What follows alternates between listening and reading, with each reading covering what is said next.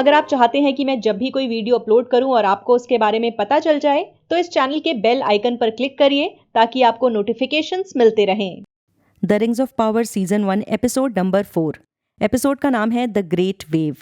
कहानी की शुरुआत होती है न्यूमेनॉर से। हम क्वीन रीजेंट मैरियल को देखते हैं जो अपने राज दरबार में हैं। यहाँ पर कुछ नवजात शिशु भी हैं जिन्हें वो आशीर्वाद दे रही हैं। बात हो रही है कि किस तरह से ये न्यूमेनॉर का फ्यूचर है। तभी क्वीन की नज़र पड़ती है निम्लॉथ पर, जो वही पेड़ है जिसके बीज यहाँ के इंसानों को एल्व्स ने दिए थे। इसकी पत्तियां झड़ रही हैं, इसके जो फूल हैं उसके पेटल्स हैं वो ज़मीन पर गिर रहे हैं। पिछले एपिसोड में ही इस बारे में बात हुई थी कि इन पत्तियों का झड़ना यहाँ के इंसानों के लिए अच्छा संदेश नहीं है। न्यूमेनॉर चारों तरफ से एक तरह की सुनामी से घिर जाता है और पूरा राज्य ही तबाह हो जाता है। लेकिन ये सिर्फ एक सपना था। क्वीन की आंखें खुल गई हैं, वो रियलिटी में आ गई हैं, लेकिन उन्हें लग रहा है कि ज़रूर ये बुरा सपना उन्हें किसी वजह से आया है। शायद कुछ बुरा होने वाला है। न्यूमेनॉर के ही एक दूसरे हिस्से में चलते हैं जहां पर वो शख्स मौजूद है जिसे पिछले एपिसोड में हेलब्रांड ने पीट दिया था। वो यहाँ पर मौजूद लोगों के दिल में एल्व्स के लिए नफरत पैदा कर रहा है और इस तरह की बातें कर रहा है कि जब यहाँ पर एल्व्स आएंगे तो हम जानते हैं कि वो तो सदियों तक जीते हैं, तो बूढ़े भी नहीं होते। ऐसे में वो हमारी जॉब्स ले लेंगे और एक तरह से एक प्रोपेगेंडा फैलाने की वो कोशिश कर रहा है। न्यूमेनॉर में फ़िलहाल जो लोग रहते हैं उनके एंसेस्टर्स ने एल्व्स का बुरी शक्तियों के साथ होने वाली लड़ाई में साथ दिया था और इसी के बदले एल्व्स ने उन्हें न्यूमेनॉर का प्रदेश गिफ्ट में दिया एक तरह से। लेकिन जैसे जैसे वक्त बीतता गया यहाँ के लोग खुद को एल्व्स से कंपेयर करने लगे और एल्व्स को एक तरह का थ्रेट मानने लगे। ये खुद को मिडल अर्थ के इंसानों से भी बेहतर मानते हैं क्योंकि जब इन्होंने एल्व्स का साथ दिया तब इन्हें बदले में बहुत सारी विशेस मिली। एक तरह से इनकी उम्र बढ़ गई तो ये आम इंसानों से ज़्यादा लंबी जिंदगी जीते हैं। खैर यहाँ पर फेराजॉन आता है जो कि क्वीन का चांसलर है। वो यहाँ मौजूद लोगों के दिल में मौजूद जो नफरत पैदा करने की कोशिश की जा रही है उसे ख़त्म करने की कोशिश करता है और बात करता है कि हमें एल्फ से घबराने की ज़रूरत नहीं है, हम किसी तरह से भी कम नहीं है। एक एल्फी तो आया है यहाँ पर, अगर वो आया भी है तो उससे हमें क्यों डरने की ज़रूरत है। फेराजॉन यहाँ पर एलरोस के बारे में बात करता है जो न्यूमेनॉर का पहला राजा था। आपको बता देती हूँ कि ये शख्स एलरॉन्ड का भाई था और उसने चूज़ किया था इंसानों के साथ रहना और एक तरह से उसने अपनी अमर जिंदगी को त्याग करने का फैसला किया था। उसी शख्स ने न्यूमेनॉर में हॉल ऑफ लॉज बनाया जहाँ पर एल्फ से जुड़ी बहुत सारी हिस्ट्री मौजूद है। ध्यान देने वाली बात यह है कि न्यूमेनॉर के लोग आमतौर पे एल्व्स को पसंद नहीं करते और जो क्वीन रीजेंट के पिता हैं यानी कि जो इससे पहले राजा थे वो भी प्रो एल्व्स थे और इसीलिए उनको एक तरह से टावर में कैद कर दिया गया है। क्वीन जो फिलहाल राजगद्दी पर बैठी हुई हैं उन्होंने भी ये मैसेज दिया है लोगों के बीच कि वो एल्व्स के साथ नहीं हैं बल्कि एंटी एल्फ हैं और वो अपने राजा की गतिविधियों को भी पसंद नहीं करती थी, ऐसा उन्होंने मैसेज दिया है और इसीलिए शायद वो राजगद्दी पर अभी भी बरकरार हैं। फेराजॉन यहाँ मौजूद लोगों को शांत करने के लिए फ्री ड्रिंक्स भी ऑफर करता है। यहाँ बगल में ही एरियन खड़ी है और वो लोगों की हरकतों को देख रही है। तभी यहाँ पर एक शख्स आता है जो एरियन से फ्लर्ट करने लगता है। इसका नाम केमिन है और ये फेराजॉन का बेटा है। वापस चलते हैं पैलेस में जहाँ पर मैरियल उन स्क्रोल्स को एग्जामिन कर रही है जो गैलाड्रियल हॉल ऑफ लोर से लेकर आई थी। गैलाड्रियल उसे कहती है कि हमें मिल जाना चाहिए और मिलकर सॉरन के खिलाफ लड़ाई लड़नी चाहिए। गैलाड्रियल का कहना है कि सॉरन वापस आकर साउथलैंड्स को अपने कब्जे में करना चाहता है, लेकिन क्वीन को गैलाड्रियल की बातों पर ज़्यादा भरोसा नहीं है। इनफैक्ट वो गैलाड्रियल से मजाक भी करती है, कहती है कि फिर तो एलेंडल भी कहीं का राजा होगा। अब एलेंडल उन भाषाओं को जानता है जो गैलाड्रियल बोलती है और किताबों में एलेंडल का जो पास्ट है वो ज़्यादा क्लियर नहीं है, लेकिन घुमा फिरा के हमें यही बताया गया है कि एलेंडल के जो पूर्वज थे वो भी न्यूमेनॉर के किसी हिस्से के लॉर्ड थे। ये शख्स एल्विश भी बोल सकता है, तो ज़रूर इसके बारे में हमें कुछ तो है जो नहीं पता। एल्विश हर इंसान नहीं जानता। खैर मैरियल गैलाड्रियल की बातों पर यकीन नहीं कर रही है और गैलाड्रियल को इस बात पर गुस्सा आ जाता है। वो कहती है कि मैं तुम्हारे पिता से मिलना चाहती हूँ, असली राजा से बात करना चाहती हूँ। इस बात पर गैलाड्रियल को जेल में बंद कर दिया जाता है। यहाँ पर उसकी मुलाकात होती है हेलब्रांड से, जो उसे इशारों इशारों में समझाने की कोशिश करता है कि तुमने ऐसा क्या कह दिया कि क्वीन को इतना ज़्यादा गुस्सा आ गया। बदतमीजी तो तुमने पहले भी की थी, डिमांड तो तुमने उसके सामने पहले भी रखी थी, लेकिन उसने तुम्हें जेल में तब नहीं बंद करवाया, अब करवाया, ऐसा क्या कह दिया तुमने? तो गैलाड्रियल उस बारे में सोचती है। उसे अंदाजा होता है कि जब क्वीन के सामने गैलाड्रियल ने उसके पिता का जिक्र किया, असली राजा का जिक्र किया, तब वो घबरा गई और तब उसने गैलाड्रियल का मुंह बंद करने की कोशिश की। न्यूमेनॉर के ही एक हिस्से में इसिल्डोर के पास चलते हैं, जो एक शिप पर मौजूद है। उसकी ट्रेनिंग चल रही है। हमें पता है कि उसे वेस्ट के एक हिस्से से आवाज़ें सुनाई देती हैं। ऐसा लगता है कि कोई उसे पुकार रहा है। इसिल्डोर के पिता चाहते हैं कि वो अपनी ट्रेनिंग पूरी करे और सी गार्ड का हिस्सा बने, पास्ट को पास्ट में ही रहने दे और बीती बातों को भूल जाए। वो इस जॉब को नहीं करना चाहता, बल्कि अपना रास्ता खुद तय करना चाहता है। इसीलिए उसके हाथ में जो रस्सी मौजूद होती है उसे वो छोड़ देता है। उसे लगता है कि सिर्फ उसे ही यहाँ से भगाया जाएगा, लेकिन जो इनका सीनियर होता है वो इसिल्डोर को तो यहाँ से जाने के लिए कहता ही है। साथ ही उसके जो दो दोस्त थे, वेलेंडल और ऑन्टामो, उन्हें भी ट्रेनिंग से बर्खास्त कर देता है।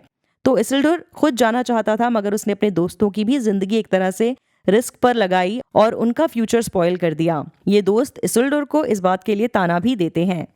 वो कहते हैं कि हम पूरी जिंदगी यही काम करना चाहते थे और तुम्हारी वजह से हमें निकाल दिया गया। चलते हैं साउथलैंड्स में, जहाँ पर एक जगह पर एरेंडियोर को बेड़ियों में जकड़ा गया है। पिछले एपिसोड में उसे ऑर्क्स ने पकड़ लिया था और वो एक तरह की टनल्स में मौजूद है। उसके सामने अडार आता है, जो इन ऑर्क्स का लीडर है। ये ऑर्क्स अडार को अपना फादर कहते हैं। अडार को जब करीब से दिखाया जाता है तो हमें समझ में आता है कि ये खुद भी एक एल्फ है। उसके चेहरे पर कुछ चोटों के निशान हैं और ये एक तरह का नेगेटिव ऑरा देता है। तो एल्फ होने के बावजूद ज़रूर ये कुछ नेगेटिव कर रहा है, क्योंकि ऑब्वियसली इसे ऑर्क्स फॉलो कर रहे हैं। इसकी हरकतें भी कुछ पॉजिटिव नहीं लग रही। यहाँ पर मौजूद ऑर्क के साथ वो एक मोमेंट शेयर करता है। ऐसा लगता है कि ये शख्स भी इमोशनल है, लेकिन उसकी थोड़ी देर के बाद ही वो इस ऑर्क को मार डालता है, उसका दर्द ख़त्म कर देता है। एरेंडियोर यहाँ पर उससे पूछता है कि तुम कौन हो और ऑर्क्स तुम्हें फादर क्यों कहते हैं। अडार उसका जवाब नहीं देता। वो बस ये कहता है कि मैं कोई गॉड नहीं हूँ, अब तक तो नहीं बना हूँ। इसका मतलब ये कि अडार किसी तरह की ताकत चाह रहा है और ज़्यादा पावरफुल होना चाहता है। हमें पता चलता है कि जिस इलाके से एरेंडियोर बिलोंग करता है उसका नाम बेलेरियन है और ये शख्स यानी कि अडार भी वहाँ पर वक्त बिता चुका है। फिलहाल जो कुछ भी हो रहा है उसके बहुत पहले, सदियों पहले, जब मॉर्गोथ हुआ करता था और वो एल्व्स के खिलाफ लड़ाई का हिस्सा था, तब उसका सबसे करीबी सलाहकार था सौरन। एल्व्स ने मॉर्गोथ को हरा दिया था और जिस कॉन्टिनेंट पर ये लोग रहा करते थे उसका ज़्यादातर हिस्सा अब पानी के नीचे है। अडार का कहना है कि लोगों को सच्चाई के बारे में कुछ नहीं पता और उसे नई दुनिया रचनी पड़ेगी, तो वो गॉड लाइक बातें कर रहा है। अब कितना पावरफुल है वो या उसकी असली पहचान क्या है, हमें शायद आने वाले एपिसोड्स में पता चले। इस पूरे सीन के दौरान अच्छा ये होता है कि अडार एरेंडियोर को सही सलामत छोड़ देता है और उसे कहता है कि मैसेज लेकर जाना है तुम्हें एल्विन टावर के पास। ये वही टावर है जहाँ से एल्व्स साउथलैंड्स पर नज़र रखते थे, लेकिन अभी वहाँ पर आम लोगों को शेल्टर दिया जा रहा है। इस टावर को ऑस्टरिथ कहते हैं। यहाँ पर ब्रॉनविन अपने बच्चे थियो के साथ मौजूद हैं। हमें इनकी बातों से पता चलता है कि यहाँ खाने की कमी है और इन्हें बहुत ज़्यादा हिसाब से चलने की ज़रूरत है। थियो का कहना है कि मैं इस एरिया से बाहर जाऊँगा और कुछ खाना दिन के वक्त चुरा कर ले आऊँगा। ब्रॉनविन ऑब्वियसली इस बात से खुश नहीं है। उसे लगता है कि आइडिया काफ़ी रिस्की है, ऑर्क्स कभी भी अटैक कर सकते हैं। लेकिन थियो का कहना है कि दिन के वक्त ऑर्क्स बाहर नहीं आएंगे, तो यहाँ पास में जो जगह है वहाँ जाकर हम खाना ढूंढ सकते हैं। ब्रॉनविन माने या ना माने, लेकिन थियो अपने दोस्त के साथ इस सफ़र पर निकल जाता है। वो टावर में मौजूद लोगों के लिए खाने का इंतज़ाम करना चाहता है। इन्हें खाना मिल तो जाता है, लेकिन तभी आसमान में सूरज के ऊपर बादल छा जाते हैं और अंधेरा हो जाता है, जिसका मतलब ये है कि ऑर्क्स अब बाहर आ सकते हैं। थियो का दोस्त उसकी ज़्यादा परवाह नहीं करता और वो सामान लेके वहाँ से भाग जाता है। थियो एक दुकान के अंदर था और वो छुपने की कोशिश करता है। एक ऑर्क और थियो का सामना होता है। थियो अब तक तो एक्सपर्ट हो चुका है ऑर्क्स का काम तमाम करने में। वो फिर से अपनी वही टूटी हुई स्वॉर्ड निकालता है और इस स्वॉर्ड से खुद को ही चोट पहुंचाता है। उसके खून से ये स्वॉर्ड तपने लगती है, जलने लगती है, एक तरह से फॉर्ज होने लगती है फिर से। यहाँ मौजूद ऑर्क हैरान है। वो जानना चाहता है कि ये स्वॉर्ड थियो के पास कहाँ से आई। इस ऑर्क से निपटकर थियो खुद को बचाने के लिए यहाँ से भागने की कोशिश करता है और यहाँ मौजूद एक कुएं के अंदर छुप जाता है। ये सीन काफ़ी इंटरेस्टिंग है। कई बार लगता है कि थियो पकड़ा जाएगा। रात हो जाती है और वो फिर से छुपते हुए यहाँ से निकलना चाहता है, लेकिन ऑर्क फिर से इसे पकड़ लेते हैं। खैर उसे कुछ होता नहीं है क्योंकि एरेंडियर यहाँ पर वक्त रहते आ जाता है। वो थियो को बचा लेता है। ब्रॉनविन भी अपने बेटे को अकेला कैसे छोड़ सकती थी, वो भी पीछे पीछे आई हुई है थियो की जान बचाने के लिए। जंगलों में ये लोग हमें भागते हुए नजर आते हैं, ऑर्क्स इनका पीछा कर रहे हैं और एरेंडियर अपना टैलेंट दिखाता है कि वो कितने अच्छे से तीर कमान चला सकता है। सूरज पे बादल बुरी तरह से छा गए थे और अब वो छट चुके हैं, तो आसमान में फिर से सूरज है और ये लोग भी जंगल से निकल चुके हैं। ऑर्क्स सूरज के सामने नहीं आ सकते और इसीलिए वो अपनी जगह पर रुके रहते हैं। ब्रॉनविन, एरेंडियर और थियो बच चुके हैं। थियो के पास अभी भी वो तलवार है जिसे ऑर्क्स ढूंढ रहे थे, तो वो जरूर कोई कीमती वेपन है। अच्छा, बाद में थियो की वॉलरेक्स से अकेले में बात होती है। ये शख्स थियो के घर के पास ही रहता था और उसे पता है कि थियो ने वो स्वॉर्ड उसी के यहाँ से चुराई है। इसे तलवार कहना एक्चुअली गलत होगा, ये बस तलवार का हिल्ट है, उसका हैंडल है। जब इस पर खून लगता है तब ये तलवार का रूप ले लेती है और पावरफुल हो जाती है। वॉलरेक का कहना है कि उसे पता है इस तलवार के बारे में क्योंकि ये पहले उसी की थी। उसके हाथ पर भी वैसा ही निशान है जैसा थियो के हाथ पर था। वो उसे कहता है कि ये तलवार नहीं है बल्कि हमारे एंसेस्टर्स की निशानी है, उनकी पावर है। उसकी बातों से हमें अंदाज़ा होता है कि वो मॉर्गोथ और सॉरन का सपोर्टर है। जिस तरह से साउथलैंड्स के बहुत सारे लोग एक टाइम पर इन नेगेटिव शक्तियों के साथ रह चुके हैं, ये अभी भी उस पास्ट को चेरिश करता है और उसे वैल्यू देता है। उसे लगता है कि थियो को भी इसी रास्ते पर चलना चाहिए। वो थियो को कहता है कि क्या तुमने सॉरन के बारे में सुना है। अब चलते हैं काजाडूम के पास, जहाँ पर कैलेब्रिम्बोर एक पावरफुल टावर बनवा रहा है डॉर्फ्स की मदद से। लेकिन वो एल्रोंड के सामने एक शक रखता है। उसे लगता है डूरिन द फोर्थ कई दिनों से उसे इग्नोर कर रहा है, इसीलिए एल्रोंड उससे मिलने के लिए पहुंचता है। लेकिन मुलाकात होती है डूरिन द फोर्थ की पत्नी डीसा से। वो कहती है कि डूरिन बहुत बिजी है, कई सारे बहाने रखती है उसके सामने, लेकिन एल्रोंड को समझ में आ जाता है कि डिसा सिर्फ कहानियां बना रही है। वो उसे कहता है कि आप झूठ बोलने में बहुत अच्छी नहीं हैं, आप इस वक्त खाने में जो बना रही हैं वो डूरिन की पसंद का है, इसका मतलब ये है कि वो घर वापस ज़रूर आएगा, वो सिर्फ मुझसे मिलना नहीं चाहता, इसकी वजह क्या है। डिसा उसे ठीक से जवाब दिए बिना वहाँ से भगाने में कामयाब हो जाती है, लेकिन एल्रोंड अभी भी इस एरिया में ही है। वो दूर से डिसा और डूरिन द फोर्थ की कुछ बातें सुन लेता है। उसे पता चलता है कि किसी तरह की माइनिंग हो रही है जो एल्रोंड से छुपाई जा रही है। ये खबर मिलते ही वो एक पुरानी माइन के अंदर चला जाता है। उसे एक छुपा हुआ दरवाज़ा मिलता है जिसके ज़रिए वो यहाँ अंदर तक जाता है और उसे नज़र आता है एक तरह का रॉक जो काफ़ी ज़्यादा ग्लिटर कर रहा है, चमक रहा है। यहाँ पर तभी उसका पुराना दोस्त डूरिन आ जाता है और वो काफ़ी घबराया हुआ लग रहा है, गुस्सा भी है। उसे कहता है कि तुम चाहते क्या हो, इस तरह से छुपकर तुम्हें आना चाहिए हमारी माइंस में। डूरिन को लग रहा है कि एल्रोंड उसका ये कीमती हीरा या फिर कीमती रॉक उससे चुराना चाहता है। थोड़ी बहुत बहस के बाद डूरिन एल्रोंड को सब सच बताने के लिए राजी हो जाता है। हमने एपिसोड 2 में एक मिस्टीरियस सा बॉक्स देखा था जिसे अभी खोला जाता है और इसके अंदर एक कंटेंट है जिसे मिथरिल कहा जाता है। कहते हैं कि ये किसी पंख से भी ज़्यादा हल्का होता है, लेकिन फिर भी काफ़ी स्ट्रॉन्ग मटेरियल है ये। अच्छा, लॉर्ड ऑफ द रिंग्स में आपको याद होगा कि फ्रोडो के पास एक कवच था जो उसे कई तरह के वारों से बचाता है। ये चेन मेल मिथरिल का ही बना हुआ था। ड्यूरन का कहना है कि इस मटेरियल के मिलने से हम लोग काफ़ी तरक्की करेंगे और डॉर्फ्स जो हैं इसके बारे में किसी और को नहीं बताना चाहते। हालांकि वो एल्रोंड को ये भी बताता है कि उसके पिता नहीं चाहते कि डॉर्फ्स और ज़्यादा खुदाई करके इस मटेरियल को बाहर निकालें। उन्हें लगता है कि ये काफ़ी ख़तरनाक है, रिस्की है। फिर वो एल्रोंड को दोस्ती की खातिर एक छोटा सा मिथरिल का ही टुकड़ा दे देता है। इन दोनों के बीच की खटास खत्म हो रही है, लेकिन तभी इन्हें एक ब्लास्ट की आवाज़ सुनाई देती है। तो पास की माइन में ही एक्सप्लोजन हुआ है। हमें डिसा की आवाज़ सुनाई देती है। वो एक गाना गा रही है, बल्कि वो प्रेयर ऑफर कर रही है ईश्वर को, ताकि जो लोग माइंस में ट्रैप हो चुके हैं उन्हें किसी तरह से बाहर निकाला जा सके जिंदा। पता चलता है कि वो पत्थरों से गुहार लगा रही है कि इन लोगों की ज़िंदगी बख्श दे। बाद में जब डिसा और एल्रोंड की बात होती है तो वो उससे माफ़ी मांगती है कि उसे झूठ बोलना पड़ा। डूरिन वापस आता है। उसके पास अच्छी खबर है कि जो भी माइनर अंदर फंसे हुए थे वो बच चुके हैं सही सलामत हैं। लेकिन बुरी खबर ये है कि जो उसके पिता हैं वो अब इस पूरे ऑपरेशन को बंद कर रहे हैं। वो नहीं चाहते कि इस कंपोनेंट को और ज़्यादा खुदाई करके निकाला जाए या किसी तरह का और रिस्क लिया जाए। डुरिन इस बात से अग्री नहीं करना चाहता है। उसे लगता है कि ये जो कंपोनेंट है ये काफ़ी कीमती है और इनकी ज़िंदगी बदल सकता है, डॉर्फ्स को एक नए रास्ते पर लेकर जा सकता है। और वो अपने पिता की बात से इसीलिए अग्री नहीं करना चाहता। लेकिन एलरॉन्ड उसे समझाता है कि भाई जो तुम्हारे पिता कह रहे हैं वो तुम्हारे भले के लिए ही कह रहे हैं। वो फ्यूचर के बारे में सोच रहे हैं और ज़्यादा ज़िंदगियों की कुर्बानी नहीं देना चाहते। वो अपने पिता को याद करता है और उसे कहता है कि तुम अभी भी अपने पिता से बात कर सकते हो और मैं ये नहीं कर सकता। काश मैं उनसे एक बार और कुछ बात कर पाता। एलरॉन्ड कहता है कि उसके पिता हमेशा के लिए वेलेनोर जा चुके हैं और वो अब उनसे मिल नहीं सकता।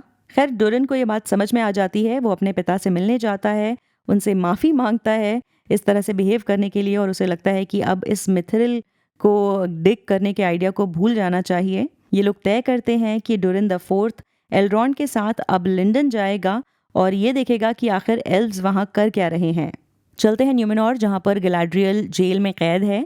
यहाँ पर चांसलर फेराजॉन आते हैं और उसे कहा जाता है कि अब तुम्हें वापस यहाँ से भेजा जा रहा है, तुम्हें शिप पर सवार किया जाएगा और तुम न्यूमेनोर से दूर चली जाओगी। गैलाड्रियल को जैसे ही सलाखों से बाहर निकाला जाता है वो यहाँ मौजूद गार्ड्स पर हमला करती है और उन्हें अपनी ही जेल में बंद कर देती है। फिर वो चली जाती है न्यूमेनोर के राजा से मिलने के लिए, जिसे बहुत वक्त से किसी ने नहीं देखा है। यहाँ पर फेराजॉन को हेलब्रांड कहता है कि तुम्हें अटैक करने की जरूरत नहीं है क्योंकि तुम्हें ऑलरेडी पता है कि वो कहाँ जा रही है। तो हेलब्रांड ने पहले तो गैलाड्रियल को इंस्पायर किया और अब वो फेराजॉन को भी एक तरह से हिंट दे रहा है कि वो कहाँ जा रही है। आखिर चाहता क्या है ये। इस बीच हमें इसिल्डोर और उसकी बहन को दिखाया जाता है, जिसे पता चलता है कि इसिल्डोर को अब ट्रेनिंग वाली जगह से निकाला जा चुका है। वो एक सी गार्ड अब नहीं बन पाएगा। इसिल्डोर काफ़ी गिल्ट में है। उसे लग रहा है कि भाई उसकी वजह से उसके दोस्तों की ज़िंदगी ख़राब हो गई और वो जो करना चाहते थे ज़िंदगी में वो अब नहीं कर पाएंगे। वो तो खुद सी गार्ड बनना चाहते थे बट अब ऐसा नहीं हो पाएगा और वो खुद को रिस्पॉन्सिबल समझता है इसके लिए। इनकी बातचीत से हमें पता चलता है कि एरियन ने केमिन को डेट करना स्टार्ट कर दिया है। तभी यहाँ पर कुछ भगदड़ होती है और इन्हें पता चलता है कि गैलाड्रियल भाग चुकी है। यहाँ के गार्ड्स उसे ढूंढ रहे हैं। गैलाड्रियल ने उस टावर को ढूंढ निकाला है जहाँ पर राजा को एक तरह से कैद करके रखा गया है। जब वो वहाँ पहुँचती है तो क्वीन रीजेंट मेरियल यहाँ पहले से ही मौजूद है। वो अपने पिता के सिरहाने बैठी हुई है। गैलाड्रियल को अंदाज़ा होता है कि राजा की तबीयत काफ़ी ख़राब है। वो शायद कुछ सोच समझ नहीं सकते और अपना ख्याल भी नहीं रख सकते। मेरियल उसे एक कांच का ग्लोब दिखाती है। इसे पेलेंटर कहा जाता है और इनके बीच चर्चा होती है कि दुनिया भर में ऐसे 6 या 7 ही पेलेंटर थे लेकिन सारे गायब हो चुके हैं। बस इकलौता यही पेलेंटर बचा है जो न्यूमेनोर में है। क्वीन उसे कहती है कि जब राजा अपनी गद्दी छोड़ने वाला था तब उसने अपनी बेटी को ये दिखाया था और वो गैलाड्रियल को इस पर हाथ रखने के लिए कहती है। साथ ही थोड़ा चौकन्ना रहने की भी हिदायत देती है। गैलाड्रियल का कहना है कि भाई वो पहले भी पेलेंटर्स को देख चुकी है और उसे कुछ नुकसान नहीं पहुंचेगा। लेकिन जब वो इस पे हाथ रखती है और उसे विजन नज़र आता है तो वो कांप जाती है और एक तरह से शॉक्ड हो जाती है। ये विजन है न्यूमेनोर के तबाह होने का। एक उसी तरह की ग्रैंड वेव दिखाई जा रही है जो एपिसोड की स्टार्टिंग में दिखाई गई थी। मेरियल ने ये सपने में देखी थी। इसका मतलब ये है कि इस पेलेंटर के हिसाब से न्यूमेनोर फ्यूचर में तबाह हो जाएगा। न्यूमेनोर की तबाही किसी एल्फ के आने से शुरू होगी। ये बात भी एक तरह से मेरियल को लगती है, इसीलिए वो एल्फ्स के अगेंस्ट थी और नहीं चाहती थी कि गैलाड्रियल यहाँ पर रहे। इनकी बातों से लगता है कि क्वीन तो एल्फ्स का साथ देना चाह रही है और उनके साथ मिलकर नेगेटिविटी के खिलाफ लड़ना चाहती है, मगर वो इस रास्ते पर नहीं चल सकती और उसका एंड डिसीजन अभी भी ये है कि गैलाड्रियल को यहाँ से चले जाना चाहिए। उसके सामने 2 रास्ते हैं। एक तो वो जो उसके पिता चाहते थे कि ये लोग एल्फ्स के साथ मिल जाएं और दूसरा ये कि वो चुप रहे और जो फ्यूचर में होने वाला है उसका इंतज़ार करे या फिर उसे अवॉइड करने की कोशिश करे। तो गैलाड्रियल न्यूमेनोर से बाहर जाने के लिए तैयार है। यहाँ बहुत सारे लोग हैं जो उसकी विदाई को देखने के लिए आए हैं। जैसे ही उसकी बोट न्यूमेनोर को छोड़कर आगे की तरफ बढ़ती है, यहाँ जो पेड़ मौजूद था जिसे निम्लॉथ कहते हैं उसकी पत्तियाँ झड़ने लगती हैं। क्वीन इसको देखकर घबरा जाती है और गैलाड्रियल को जाने से रोक लेती है। शॉर्टकट में दिखाया जाता है बट हमें समझ में आ जाता है कि क्वीन अब गैलाड्रियल के साथ है। एल्व्स के साथ है और उन्हें सपोर्ट करने के लिए तैयार है। हमें दिखाया जाता है कि हेल्ब्रांड जेल से रिहा हो चुका है, वो यहाँ सड़कों पर आज़ाद घूम रहा है। वहीं क्वीन मेरियल लोगों के सामने अपनी बात रख रही है। वो चाहती है कि गैलाड्रियल के साथ खुद जाए मिडिल अर्थ की तरफ और इस बात की सच्चाई का पता करे कि क्या वाकई सॉरन वापस आ गया है और ये नेगेटिव ताकतें दुनिया पर छा रही हैं। अगर ऐसा है तो वो लोग एल्व्स का साथ देंगे। वो यहाँ पर मौजूद लोगों को ऑप्शन देती है, उनके ऊपर कोई जोर जबरदस्ती नहीं की जा रही कि वो इस लड़ाई का हिस्सा बने, बल्कि वो वॉलंटियर करने के लिए कहती है लोगों को। और एसिल्डोर अपने दोस्तों के साथ वॉलंटियर करने के लिए आगे बढ़ता है और इसका मतलब ये हुआ कि वो गैलाड्रियल और क्वीन के साथ इस नए सफ़र पर निकलेगा जो मिडिल अर्थ की तरफ जाएगा। तो देखते हैं आगे के एपिसोड्स में क्या होता है। आई होप आपको ये वीडियो पसंद आया हो। अगर ऐसा है तो लाइक ज़रूर कर दीजिए। बाय। वॉचरोज को सपोर्ट करने के लिए आप डिस्क्रिप्शन में दिए गए लिंक को यूज करें। आप जब भी ऑनलाइन शॉपिंग करें, मेरे दिए गए लिंक के जरिए शॉपिंग साइट पर जाएं। आपको ज्यादा कुछ नहीं करना, बस Amazon की वेबसाइट या ऐप को डायरेक्टली ना खोलें, मेरे दिए गए लिंक के जरिए ओपन करें। इस लिंक के थ्रू आप जब भी शॉपिंग करेंगे तो उससे मुझे कमीशन मिलेगा। आपके सपोर्ट से मैं अपने चैनल के लिए फुल टाइम काम कर सकूंगी और दूसरा काम नहीं करना पड़ेगा, जिसका मतलब यह हुआ ज्यादा वीडियोस। एक मिनट, अभी कहाँ जा रहे हैं? अभी इस वीडियो को लाइक करना है, अपने दोस्तों के साथ शेयर करना है और अगर मन में कुछ विचार आए हैं तो वो भी कमेंट के जरिए बताने हैं।